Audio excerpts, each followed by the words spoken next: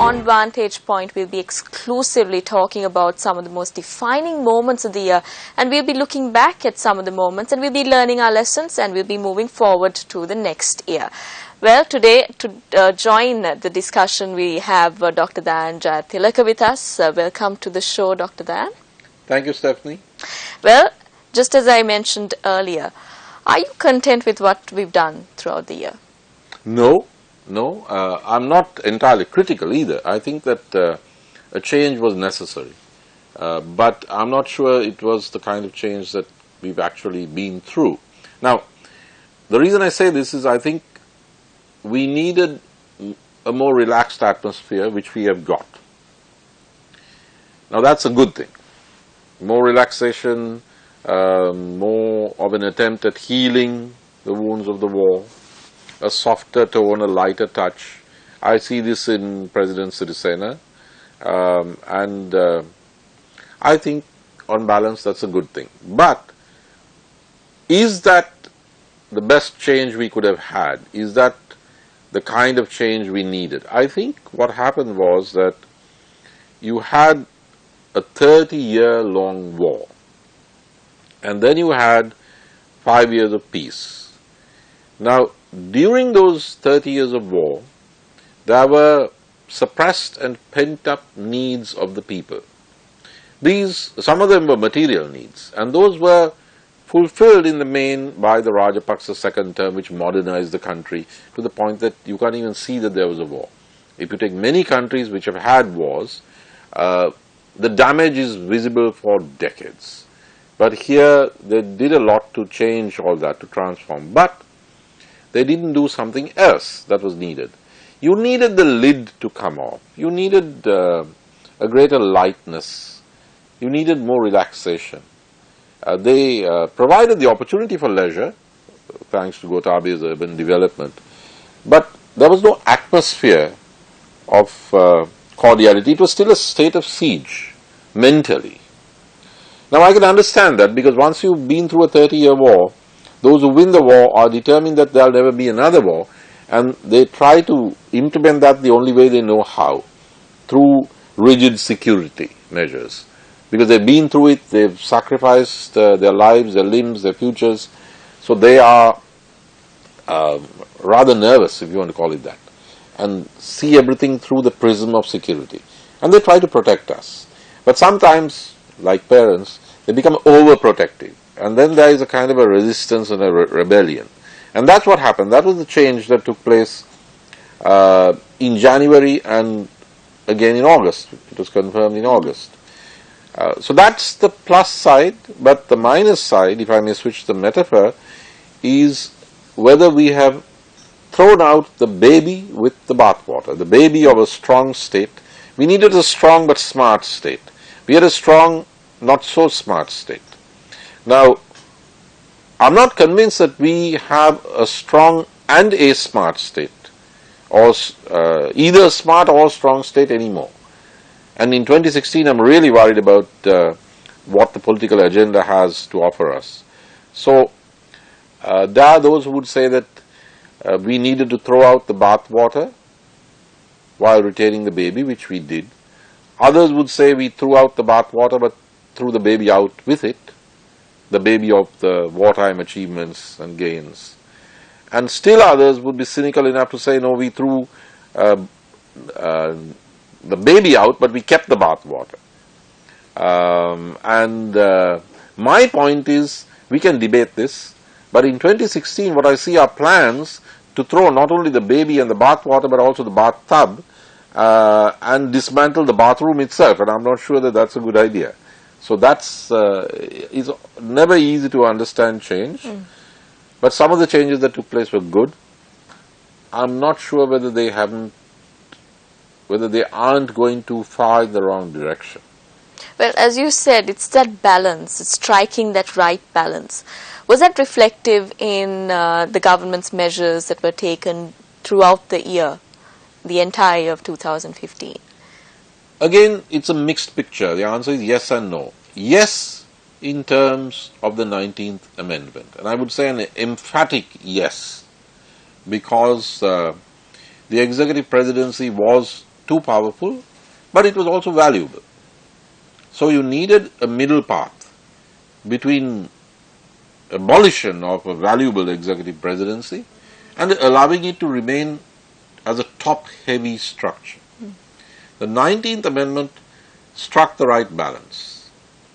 It reformed the presidency, but retained it. Now that's a plus. I give that full marks.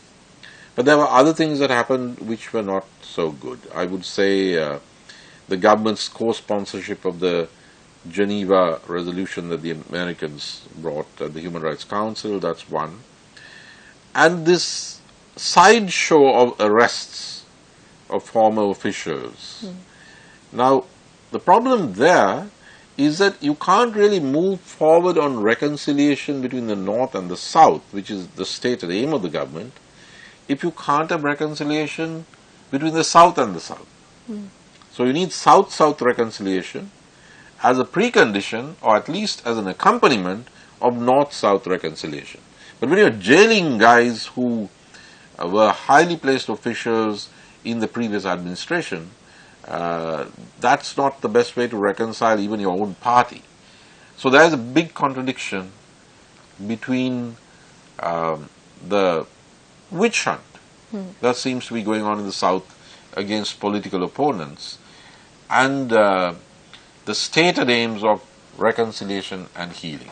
And you can't heal when you reopen the wounds through a special court, which is also in the offing in 2016. So that goes against healing. You need to tell the truth and know the whole truth. But that doesn't mean you reopen wounds by focusing on only one part of the truth and then punishing people for things that weren't a crime when they were committed. So there again I'm very distressed at the needless polarization that will set in with things that are being planned now. And then the budget, I mean, that was a bit of a fiasco. We saw the toing and froing over the budget. The very fact that they had to pull back so much means that there was something wrong in the way the budget was drafted. And this is, I'm not going by what Mahinda Rajapaksa says. I'm going by what the most distinguished finance minister that we have had for a very long time, Mr. Ronnie DeMille, who opened up the economy in 1977, said to the Daily Mirror in a long interview, he said, this is not the way we used to make the budget. This is not the way we used to draft it. This is not the right procedure. What these amendments show is that this wasn't properly planned. This wasn't done correctly. So you have that as a minus. Then, of course, you have the bond scam, which everybody's forgotten about. A foreign policy reorientation, which went too far in the opposite direction. The Rajapaksa administration had gone too far in one direction, and the new government took foreign policy in the opposite direction and went far too far with it, instead of striking what I would call a Kadiragama-esque balance. So that's the balance sheet that I see for 2015. Well, you spoke about how high-ranking officials and former administration and so on and so forth. Well, on the 23rd of January, in a rare occurrence, we saw the Chief Justice, the former Chief Justice Mohan Piris, being summoned by the CID and was interrogated of an involvement of a possible coup attempt. Could you speak a little bit about that? Yes, we haven't heard about the coup attempt after that, have we? There's no end to that story, is it? No, I remember something like this in 1999. During the election of 1999, the chairperson of the United National Party and the General Secretary, I think, wrote to the Commission of Elections and said that they have reliable information that the Directorate of Military Intelligence is training people, including Tamil anti-LTT people, in the use of what are known as thermobaric weapons. Those are sort of high explosive weapons. And they're planning to kill Prime Minister, well, not quite Prime Minister, presidential candidate Ranil Wickremesinghe. This is a serious allegation. And when he was elected, now we know the truth because Mr. Tilak Maharapana said it in his final speech as minister this time in Parliament. He said, well, this is going to be another Millennium City event. That is, they raided a safe house and took military intelligence people into custody. But what happened was, we never heard, after that arrest of the military intelligence, we never heard of this assassination plot against Mr. Wickremesinghe ever again for all the years that he was the Prime Minister. From 2001 to 2004, we never heard of the assassination plot again. Now, I think the same is true of the coup attempt this time, because we heard about a possible coup attempt, and it sounded very strange, because you don't meet at that time in the morning and plan coups. You use the military and you plan a coup and you do it. But after that, we haven't heard about it, because obviously there wasn't much evidence of a coup attempt. The Mohan Piris affair, of course, his removal, well, that was horrible both ways. Appointing Mohan Piris was a very stupid mistake that the Rajapaksa administration made. He was a very bad Chief Justice. Removing him in that manner was even worse. Removing Shirani Bandaranaike in the manner they did was also bad. That's the Rajapaksa administration. So, you had wrong appointments, bad removals. It's been a comedy of errors. But I hope that now we have an independent judiciary, even though the transition was done very bad. And also, speaking a little bit about January, this is one of the highlights of January, where Field Marshal Sas Fonseca was granted his civic rights by the Elections Commissioner himself. Now, if you could just speak about why is it wrong?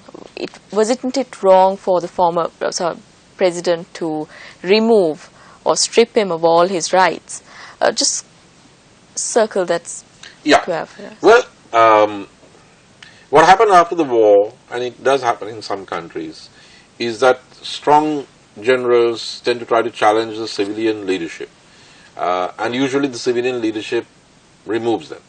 It happened with General Douglas MacArthur in the middle of the Korean War. So this is known, and in the aftermath of the war, there's always this tension between a kind of a hawkish military chief and the victorious political leadership. Now that was resolved. That was resolved by the presidential election of 2010 January, where General Fonseca, supported by the UNP and the JVP, ran for presidential office against Mahinda Rajapaksa, who won. And I distinctly remember the appalling fiasco that took place, because as the news of Mahinda Rajapaksa's victory came in and was aired globally, it was being eclipsed by another story. And that story was the arrest of General Fonseca in the TransAsia Hotel. Now, I happened to be there, not as part of the arrest, but because I was being interviewed by Al Jazeera, I think it was. And I walked in and I saw what was going on. Now, I would say that that was the first big mistake of the second term of the Rajapaksa administration. And the downswing started there almost at the peak. The peak was May 2009, the victories, because it was followed by the Geneva victory, and then the election victory of January 2010. But within hours, the Rajapaksa administration had blotted its own copybook by the way they treated General Fonseca. Now, I opposed this at the time, and if you take the Daily Mirror and the Lanka Deepa of February 10th, 2010, there are middle page pieces by me giving reasons why this was very bad, and I call this a perfect blunder, and gave 10 reasons why it was a stupid thing to do, apart from being a wrong thing to do. And I did this as somebody who had supported President Rajapaksa at the 2010 election campaign. So that was a huge mistake. I saw it then and I said it then. But I checked it out and I know that Mahinda Rajapaksa himself advised strongly not to take Sarath Fonseca into custody. And later he's the one who released General Fonseca. But the problem was that there was a struggle within the military apparatus, within the defense apparatus. We've had that problem before, even when I was working with President Premadasa, there were factions in the military. And the military mindset is a very, harsh kind of mindset, and there were those, including the powerful defense officials, who were for court-martial. And they said, no, you don't know what this guy was up to, what would have happened to us had he won. He's a very ruthless man. We have to go through with this court-martial, and that's what they did. And that was a huge political mistake, because it completely confused the singular patriotic or nationalist voters who had first supported the war effort, and then made a tough choice between Mahinda Rajapaksa and Sarath Fonseca and opted for Mahinda Rajapaksa. But that's the end. They wanted it to go away with that. But when you jail Fonseca, then that causes confusion and it leads to the shrinkage and disintegration of your own patriotic or nationalist support base, which was the beginning of the domestic downfall. The international aspect had started already in 2009, after the victory in Geneva when the government did something really crazy. But the domestic decline started with the arrest of General Sarath Fonseca. But of course, General Fonseca himself was rejected by the voters at the August election. And that shows that the voters thought that his locking up was wrong. But they didn't necessarily agree with him, with his politics, because these are the politics of almost spite. He's so bitterly vengeful about the Rajapaksas that he's even willing to embrace the Geneva war crimes resolution and so on. So people just didn't vote for him. He doesn't have a single seat in parliament. He's been politically wiped out. Now that could have been done in 2010 if some stupid guy who was probably a Rajapaksa didn't lock up General Fonseca in February. Well, Dr. Dan, the same month in January we saw the Sri Lanka Freedom Party, the cabinet being appointed by the president following the presidential election. About 27 cabinet ministers were appointed, 10 state ministers were appointed, which later became a jumbo cabinet following the general elections. What do you think about that? There were many anomalies. The presidential election was won by President Sirisena, and he immediately changed the Prime Minister. Now, that wasn't an election in which the Prime Minister should have been changed. So, many things happened. But wasn't that one of the pledges that he had made during It's a pledge, Stephanie, but it's not constitutional. I mean, you win a presidential election, you can't change the Prime Minister. Now, in Venezuela, you had an election to the legislature. The legislature has voted for the opposition. The president is still the successor of Hugo Chavez. Now, the legislature can't say, look, we won the parliamentary election, we are going to change the president. Similarly, a presidential election doesn't produce a result which enables you to change the prime minister and bring in the leader of a party that doesn't have the majority of the house. The president can change the prime minister anytime he wants, but he has to pick somebody who represents the majority of the parliament. Well, this dilemma continued throughout the year. Well, until we get to that, let's just go into a short commercial break and we'll discuss about that later. Well, welcome back, viewers. Earlier we were speaking about the presidential elections and then the general elections and how Prime Minister Ranil Wickremesinghe was appointed as Prime Minister after the presidential elections by President Maithripala Sirisena. And let's just shift our attention to something else that the population was introduced to in January itself. The Avant-Garde company, the Maritime Services, Security Services company. Well, floating armory was found at the Galle Harbour, and then later this company really plunged into controversy later in the year, and we still see the investigations going on, and there's a lot of developments taking place in that matter. What would you like to say? Because this happened in January itself, and the ministers who were in the former administration, like Health Minister Dr. Rajendra Senaratne, claimed that this was a matter that he knew all throughout, but he did not want to disclose it. And later he came out in the open and he openly said that this was a matter that really, really bothered him, but he wasn't able to disclose it when he was in the former administration. What would you like to say about that? Well, Stephanie, this is to do with laws and regulations, international law as well, maritime law, whether proper procedures were adopted, and so on. Now, when I want to get my teeth attended to, I go to a dentist. And in fact, I have a good dentist. But when I want to know about whether laws have been violated, I prefer to listen to lawyers. The more senior the lawyer, the better. Now, I have listened to former Minister Tilak Marapana, who's a very senior lawyer. I've also listened to kind of a rollicking expose by Mr. Vijayadasa Rajapaksa, who's the President's counsel. Now, these are UNP people.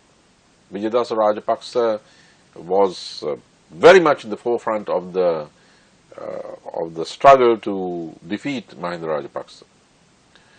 Now, when these two senior lawyers, who are die-hard UNPers, tell me that there's nothing wrong with avant-garde, and somebody whose profession is a health profession, dentistry, tells me that there's something wrong legally with avant-garde, I'll go with the lawyers. So that's what I have to say about that. But didn't the Minister of Law and Order, Tilak Marapana, represent the avant-garde earlier? Yes, and he probably did so because he didn't think there was anything wrong. And in Parliament, it's not like people outed him and said, look, you know, you represented avant-garde, why aren't you saying something? He stood up there and gave a long speech, and he explained, he took the whole country down the pathway of the details, and he said, look, there's nothing here. And Vijayadasa Rajapaksa did even better. And he said, look, what they were trying to do was they're trying to lock up Gotabaya, and I said, I'm not willing to frame the guy. So this is Vijayadasa Rajapaksa. That being the case, I have yet to hear anybody contradicting them legally and saying what they said was untrue, it's wrong, it's not the right interpretation of the law. I haven't heard that. What makes it wrong for a private company to store firearms or ammunition? Well, if they have been given, I mean, look at Blackwater in the United States. It may be inadvisable, but if they have gone by the proper procedures, then it's not illegal, and more. Now, this is not something they did domestically. This was maritime security, and if other countries have found them very competent, and if, as Vijayadasa Rajapaksa said, even the UN agencies have okayed this, because, I mean, under international law, the international system is not going to allow anybody with guns to float around in the ocean. They're very strict about this stuff. And these guys have not only been approved and endorsed, they've been used, they've been hired over and over again to provide this service. And that is one of the reasons where piracy, which was a serious problem earlier, has somehow begun to be controlled. Now, other governments have okayed these guys. And I think, in a way, the fact that Sri Lankans have been leveraging their military experience, and the fact that we are an island to enter this, and that other companies are trying to grab this same thing. I read something about a Singaporean company that's bidding for this. This means that, well, you know, it was an interesting enterprise which seemed to have got all the legal paperwork in place and was repeatedly used and reused by foreign governments and okayed even by the UN. Now, if that's the case, then either legally they must prove there was something wrong, or they should really stop talking about it. It's a bit of a diversion, isn't it? So why wasn't the Maritime Security Services a company been spoken about earlier? Why was it shrouded with so much of secrecy? Even during the former administration, there was nothing spoken about. Like there wasn't. Why speak about it? I mean, there's an office on Corte Road, a few yards away from where I live. It was never secret. It was never some sort of hole in the corner thing there where nobody knew it existed. Avant-Garde was very well known. They had public officers. The agreements, like the current administration claims, were done in secret. The cabinet did not approve any of it. As in, the cabinet was not told about the agreements that they, of deals that they made with the private company. Why do you think that happened? Well, if that is the case, and if that's a huge deal, then I would have expected Vijayadasa Rajapaksa to have been the first, because he was one who went hell for leather, no holds barred against the Rajapaksas. When most of these people were in the Rajapaksa administration, including Rajitha, Vijayadasa was hitting the Rajapaksas very hard. But he's a kind of a principled guy. He's not willing to frame somebody. So the question arises why the UNP didn't take this up when they were in opposition. Because if you're in cabinet and you don't like what's going on, what usually happens is you slip the stuff to the opposition. And there was plenty of stuff that the Rajapaksas did and didn't do that was raised by the opposition of that day. But nobody raised this. That's one. Two, the guy who's defending them, or rather not defending Avant-Garde, but saying, look, there was nothing legally wrong, and I'm a lawyer, I'm a president's counsel, I cannot move on something that my own Attorney General's department says is not illegal. And Vijayadasa Rajapaksa was a crusader against the wrongdoings of the Rajapaksa administration. So when he says that, it's very difficult for me to accept at face value what non-lawyers who were benefiting from the Rajapaksa administration, remaining in cabinet and completely silent during that time, have to say instead. I mean, I would much prefer to go with a very open crusader like Vijayadasa Rajapaksa. And what he said on television, I've not heard any of these people whom he rebutted. They have not come on television as yet, except Anwar Kumara clarified something. And they haven't dismantled what Vijayadasa Rajapaksa said. And Vijayadasa Rajapaksa was a long exposition. Tilak Marapona's was a long exposition. I would like to see these critics getting up in Parliament, because Tilak Marapona said this in Parliament. He also said it at a press conference. And rebutting the facts of the Marapona presentation. I don't see that. And towards the end of the year, we saw Minister of Law and Order and Prison Reforms, Tilak Marapana, stepping down from his portfolio after that famous statement that he made in Parliament. So if he was right in saying that they weren't involved in any illegal activities, or the Avant-Garde company was not involved in any illegal activities, if he was right in saying so, why did he decide to step down? Well, if he were asked to step down by the political leadership, what choice did he have? He said what he had to say, and if the consequence was that it ruffled somebody's feathers, and his political leaders asked him to fall on his sword, he had no choice, he fell on his sword. But what is interesting is that Vijayadasa Rajapaksa started speaking out after that. So he was not intimidated by what happened to Marapana. Let's now head into a short commercial break, and when we come back, we will speak about the next half of the year and some of the defining moments, just as promised. Welcome back. You're watching Vantage Point. Well, Dr. Dan, we spoke about the first half of the year. Let's now talk about one of the other defining moments of 2015, which was the general elections. We saw the UNP win 106 seats and the SLFP win 95 seats in total. Well, what do you make of it? Do you think it was a good win, a victory for us as a nation, or do you think it maybe destabilized the government even further? No, I think it was a good. It was a good result. Because it was close. It was quite credible of the SLFP on its way out after 20 years to narrow the margin to a 9-seat defeat. and that was mainly because Mahinda Rajapaksa was back leading the campaign. So they did well. But the people decided that the change of January 8th should be reinforced.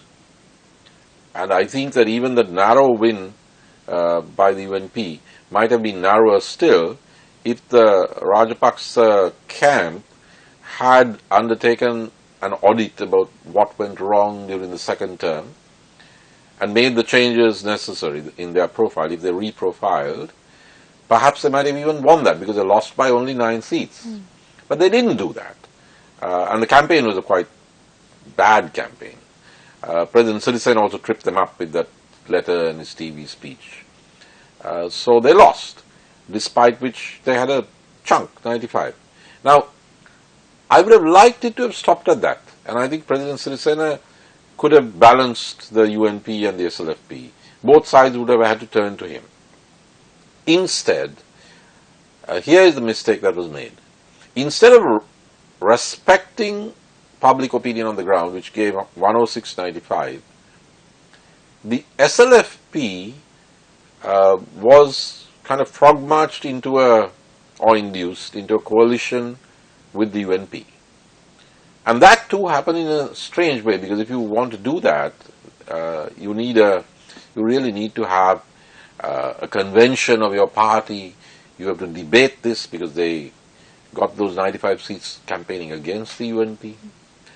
And then you pass a resolution. Those who don't like it can voice their opinions and either stay within the party or leave. Now that's the way these things are done. Instead, what happened was that some of the people who were rejected by the SLFP voters in the preferential voting were brought in through the National List into Parliament, were brought into the Executive Committee and the Working Committee, and then a decision to form the national government was endorsed by these bodies, which had been packed with people who had lost at the election. There were a few who won, but many of those have now gone over to the UNP, like Hirunika. I mean, they've signed up with the UNP. So, the SLFP, the official SLFP artificially endorsed this coalition, and many of them took their seats in government. Now, that was not what the people voted for. The people voted for a UNP government with a narrow majority and a strong SLFP opposition. But that's not what we have. So then you have a crazy situation in which you have the TNA as the official opposition, but the budget, the voting in the budget clearly showed that you have about 50 guys of the SLFP, that's more than half the 95, who are actually opposing the UNP government of the coalition and identify with Mahinda Rajapaksa. They are Mahinda Rajapaksa loyalists. They are led in parliament by Dinesh Gunawardena. So it's a strange anomaly. And President Sirisena has shrunk the space he would have otherwise had if he just stayed in the middle and balanced these two guys, the 106 and the 95. But he passed up that chance to be the juggler, and he's given the UNP an artificial two-thirds majority. And the artificiality of that two-thirds majority is going to kick in 2016 when it comes to the new constitution, which may have a two-thirds in parliament, but that's not the two-thirds that they actually have on the ground, because that was not the result of the August 2015 election. Well, in getting the support from his own party, do you think President Maithripala Sirisena was successful in doing so? Well, only in an official sense, because the support that he has got happens to be from people who were defeated by the SLFP voters at the preferential voting. So these are not people with support on the ground. Some of them have now left the party. They are with the UNP, Rajitha, Hirunika, Arjuna, and so on. So they don't have that SLFP support anymore. They are not in the SLFP. I would say the SLFP is divided not into two but into three. Everybody talks about the SLFP being divided between President Sirisena and former President Rajapaksa. But it's really divided into a small faction which is loyal to former President Kumaratunga. And most of them are now in the UNP as UNP members. And those people are now being attacked by the UNP proper. And they are under a lot of pressure within the government. Then you have the pro-Sirisena UNP, I would say the President Sirisena, Nimal Siripala de Silva SLFP, I'm sorry, the SLFP. That's one grouping. And the other is the joint opposition, which is clearly pro-Mahinda Rajapaksa. That's the way it divides up. Now we'll see next year what happens, especially if you have a new constitution which abolishes the executive presidency, while allowing President Sirisena to hold on for 4 years. But the moment the abolition comes in, even if it's implemented 4 years later, you're already a lame duck. And if you're a lame duck president, what happens to the SLFP that has supported you, that wing of the SLFP that's in the coalition, that derives its patronage from the executive president, President Sirisena, who was in fact elected by the people in January this year. But if his post is being abolished, but he's being allowed to, okay, I'm selling the house, but you can stay on as a lodger for a couple of years. I mean, people already know that it's over. And that the center of gravity has constitutionally shifted, though the implementation will be in 4 years. So the center of gravity will shift if the new constitution goes through to the UNP and its prime minister. And what happens then, A, to President Sirisena, B, to that faction of the SLFP that identifies with him and is in a coalition government with the UNP. They are going to be severely devalued and weakened. So, following the legitimate appointment of Prime Minister Ranil Wickremesinghe, about a month later we saw Sri Lanka co-sponsoring the US-sponsored resolution, and later we saw many high-ranking US officials coming down to Sri Lanka, and even the opposition kind of misinterpreting this whole arrival of high-ranking officials. What would you like to say about that? Well, I don't know whether the opposition misinterpreted it. I'm not sure the opposition actually understood what was going on or said what it should have said. I remember the opposition under President Jayawardene, and they were much smaller. It was much smaller opposition, far fewer than the present opposition. But people like Anura Bandaranaike kept the government of the day on the defensive on foreign policy issues. There was a good debate on foreign policy this time, and I noticed that Namal Rajapaksa made a fairly strong speech, very self-confident. But as a whole, the opposition has not been very effective on foreign policy. Now, what happened was unprecedented. You never have a country co-sponsoring a resolution against oneself. Because this is not just about the earlier government. This is about a war that the Sri Lankan state waged, and a war that was waged by successive governments, including UNP governments. And the resolution says that during the last stages of the war, there were war crimes, and they should be investigated, and it can't be done by the local laws and the local institutions. Therefore, you need special courts, special laws, special prosecutor's office with foreign judges, foreign prosecutors, foreign defense counsel, and foreign investigators. And this is the resolution, and the government of Sri Lanka, the sovereign government of Sri Lanka, co-sponsors that resolution. Now, in the history of diplomacy, as far as I have known it, and studied it, and taught it, and practiced it, this is unique. And it's not unique in a good sense. Now, we will see what the political consequences of this is next year, in 2016, in a few days, when whatever was agreed upon in Geneva has actually to be set up in Sri Lanka. And the political fallout has to be faced. So, no government in its right senses agrees to something in Geneva or New York which it cannot safely implement in its own country. It either fights against it and gets a coalition of countries to support it, or it negotiates very hard and bargains very hard and knocks off the things that are bad for it and reduces the resolution, dilutes it. And the Americans would have agreed because they don't want to lose the support of Sri Lanka now. It's one of their big achievements, as every visiting American official says. So we had a strong hand. But instead, the government didn't negotiate. Our team was beginning to negotiate, but the Prime Minister overruled them and said, go ahead and co-sponsor. So now it's co-sponsored. Now it has to be implemented.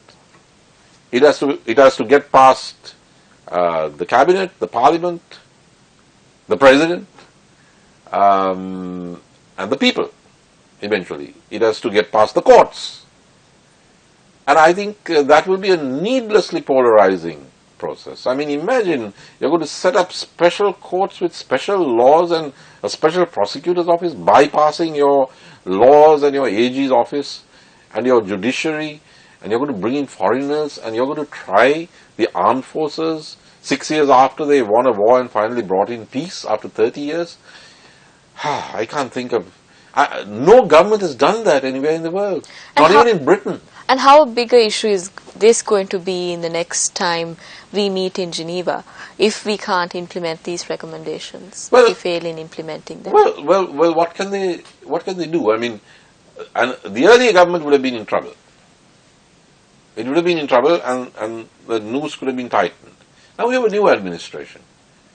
What is anybody going to do against the new administration? They can try, but they look very bad. And I'm not sure that India would support that. So, if the government wants to go in there and say, look, I'm sorry, we can't do some of these things. We are a democracy and our country just finds it unpalatable. And here is what we are going to do. We are going to have a purely domestic inquiry with no foreign involvement, no special laws. It's going to be under our penal code. And if anybody is murdered or raped anyone, we are going to lock them up. We'll do it the way you do it. You don't have special courts. You have your own procedures and your laws. And we are going to do it the same way.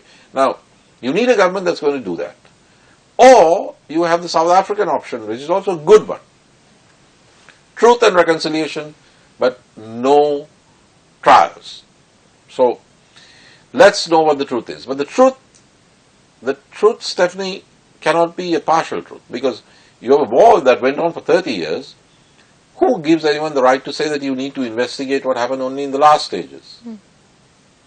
I mean, if you want to know the truth about the war, you have to start from the beginning, from 79 or the day Dorayappa was killed or whoever.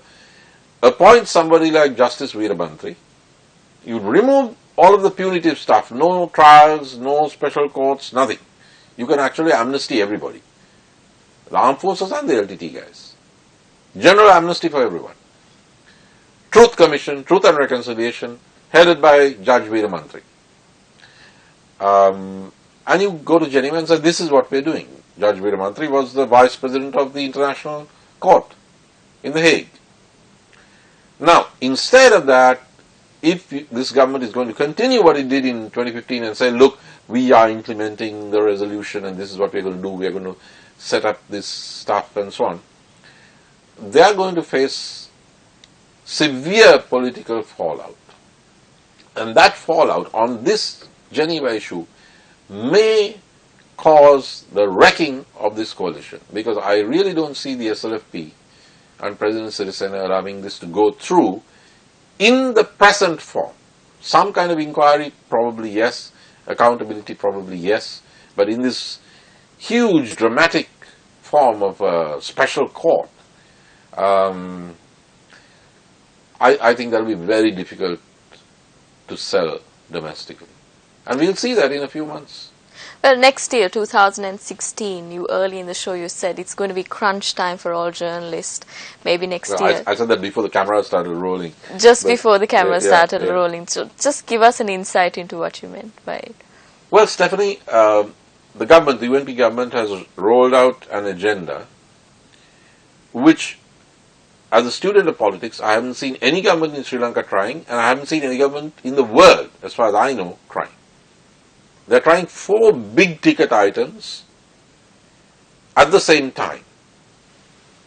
Now, governments usually go with one, build a consensus, then move to, when the positives of that begin to manifest themselves, they broaden the consensus, then they go for the next one and so on. You do it sequentially based on broader and broader consensus.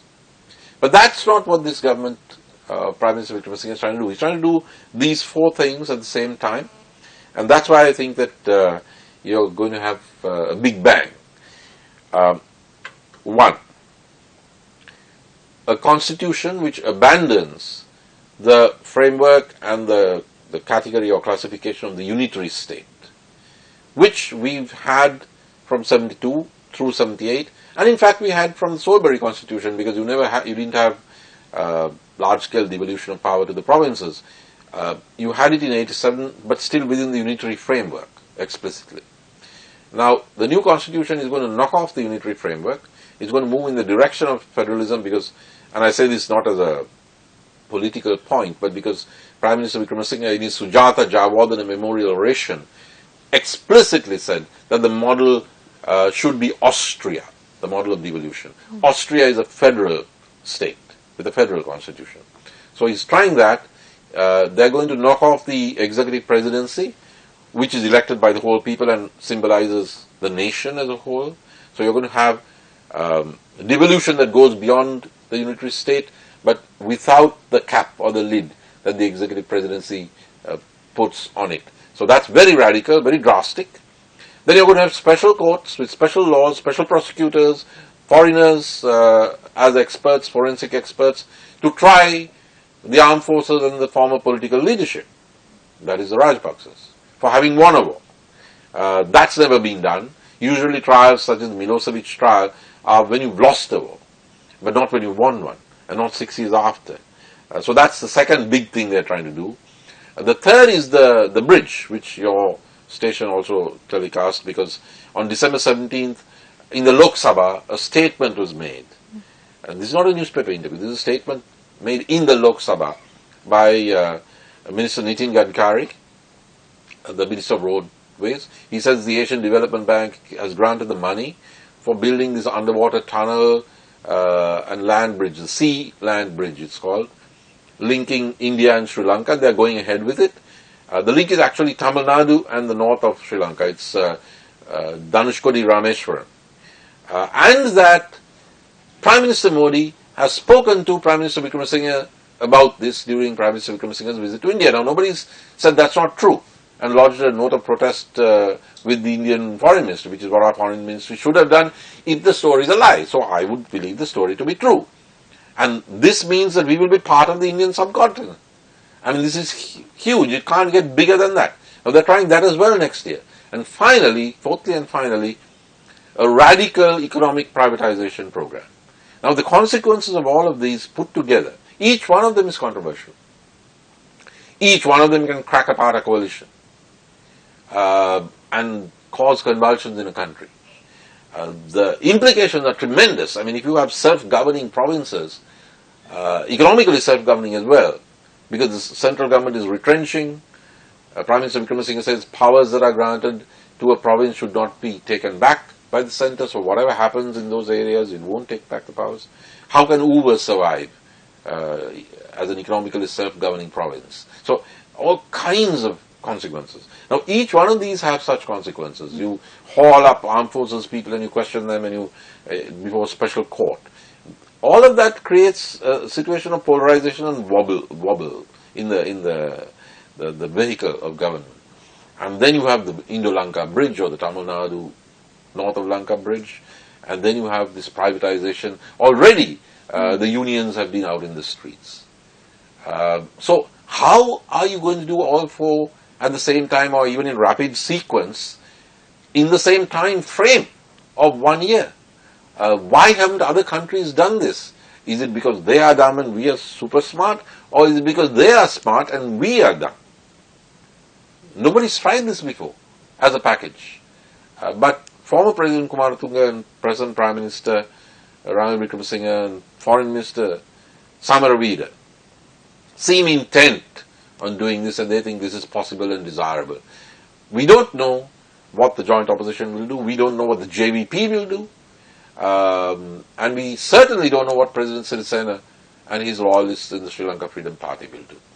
We'll see whether this experiment will plunge into chaos or victory. But before that, just to sum it all up, they say history shapes your future. What do you think our future is going to be? I think our future is open, and I say this not just as a general statement, I mean very precisely, that what we do and do not do in 2016 will determine not only our future, but our entire destiny.